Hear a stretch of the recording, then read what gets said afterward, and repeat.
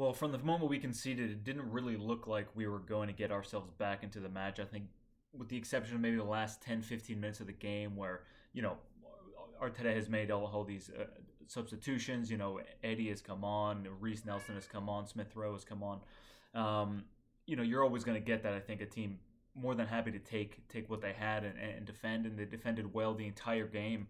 Lons did. A really, really disciplined side. Incredibly disciplined. This is a team who this is experiencing their first Champions League match since 2002, and a lot like Arsenal's atmosphere. The atmosphere there tonight was incredible. I mean, those flags didn't stop waving. The singing never stopped. Probably a very intimidating place to go. I was listening to Thierry Henry just talk about that now. He said himself he wasn't surprised at the result, which is a little bit strange, I think to say. But he did mention how difficult it was to go there and play and to get a result. Arsenal just didn't look themselves. I think, because they were the worst team. The Lens today were by far the better team. Winning the second ball, a little more enthusiasm, I think, from the French team today, and just sort of beat Arsenal all over the pitch at the end of the day. And you know, people thought this group was going to be a rollover for Arsenal, especially after that first game against PSV, and last season having our struggles against PSV, a different coach, a couple different players, obviously, but losing that game, I think it was 3-1 we lost. Beating them 4-0 felt really, really good, and I'm sure the confidence was high for a lot of these Arsenal players. Definitely fans seeming confident coming into this game, but Lens, these guys finished a point off of PSG last season, and I think it was 3 years ago they were in the second league, the second division here and there in France. So a manager who, a lot like Union Berlin, I think 4 or 5 years ago, were in the second division there in Germany, and stuck with the manager, stuck with the plan, the project that they had, and the just look at what they've done. It's really, really incredible, and to face a team like that, especially at home, like I said earlier, first match since 2000. So you're talking about over 20 years. So many fans. I saw a woman crying at the end of the game there, supporting Lens, and yeah, you say give her whatever excuse you would like. I don't know if it was the players taking the game lightly. I thought the referee, a couple things he got wrong. A lot of what he got wrong, I think, affected Arsenal negatively. But again, make whatever excuse you want. They were clearly the better team, and in my opinion, certainly deserved to win, especially after we scored a goal from a gift. David Raya gifted the ball back to them. It was a very, very good finish. And the second goal was just two passes beat 7 players. And credit to the players who scored. Speaking about David Raya, it's people expecting, I think, a perfect goalkeeper when Ramsdale's not playing, or his replacement had to be perfect.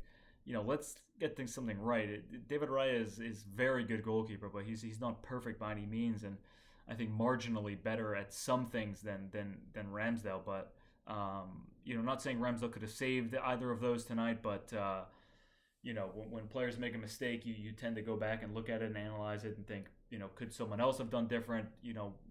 What the case may have been. But I personally was asking, was calling for Ramsdale to start this game.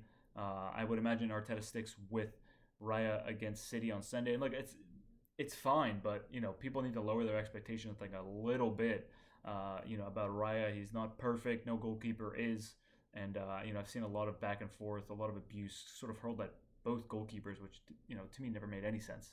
But clearly a mistake from Raya tonight, which was really disappointing. The first loss of the season, to lose in that way, it's difficult. You're being outplayed for the majority of the game, but again, it's a difficult place to go and get a result clearly. It hurts to lose that way, but first loss of the season, it's not the end of the world. We'll see the reaction on Twitter. I'm sure will be totally rational later on tonight in the next couple days. With the expectations of a couple headers and one or two key passes, I thought Havertz was a total passenger tonight. This left center mid thing that he's doing, that Arteta is sort of forcing. I just think Smith Rowe can play that role so much better, and you don't have to defend on. You have Declan Rice there. He's dropping that deep anyway. You don't have to work to worry about one more of your midfielders. Being forced into a defensive role or dropping even deeper. We see Odegaard drop all the time, but just get someone constantly moving forward. It's not Havertz. He just seems slow. He's not up to rhythm a lot of the time. He's just sort of lollygagging around, and it's very hard unless you're really, really watching his every move to not see him as a passenger. And I think, regardless of that, like I said, a couple good clearances, one or two key passes, I think, into the attacking area. Just really, really a passenger tonight, Kai Havertz. And yeah, I don't know. I think there's players who can do a better job than him in that role. Obviously he's excelled as a false nine. In the couple games he's done that at Arsenal, certainly at Chelsea, he's looked a better player in that position. So yeah, it's difficult when something is. It's sort of like Willian. Willian, everyone could see it's not working. It's not working. It's not working. Yet he kept playing. He kept starting, and you don't want to rip a player out of the starting 11. You don't want to kill their confidence, and you have faith, and I get that. But at what point, when we start losing games and dropping points, is Mikel going to be able to say, okay, we know he's ruthless, and but at what point is he going to see that maybe he's making a mistake and change something? So we'll see about that. Saka has come off injured, didn't look good. 30 minutes he went down. A lot of people asking why he started, and to me it's pretty obvious. You need to be winning these games. It's only the second game of the group stage. How many times I have to say in this video how difficult of a place it is there to go to Lens and get a result. You heard the atmosphere, the singing, everything, the players, how much they wanted it. So starting him I didn't have an issue with. Ben White getting a rest was nice, but I thought Fabio Vieira did okay when he came on. Nothing spectacular, no big deal, but Saka is basically irreplaceable. I had a conversation with somebody about how Tomiyasu can basically do what Ben White can do, but I don't think we have a player who can do what Saka does. And some people telling me if we don't have a good replacement, the squad's not good enough. Look, I'm not signing players. I'm just another dipshit in front of a computer, giving my opinion. So yeah, that's my opinion. Is he going to be fit for City? Who knows? It's probably a good chance that he does. He could just say, look, I need to come off. I feel something, and he felt something the last 2-3 games, I think, and yet he's come back and started and looked fantastic. Looked great before he came off as well. So yeah, I think Saka will be okay to return. Let's see. You never know.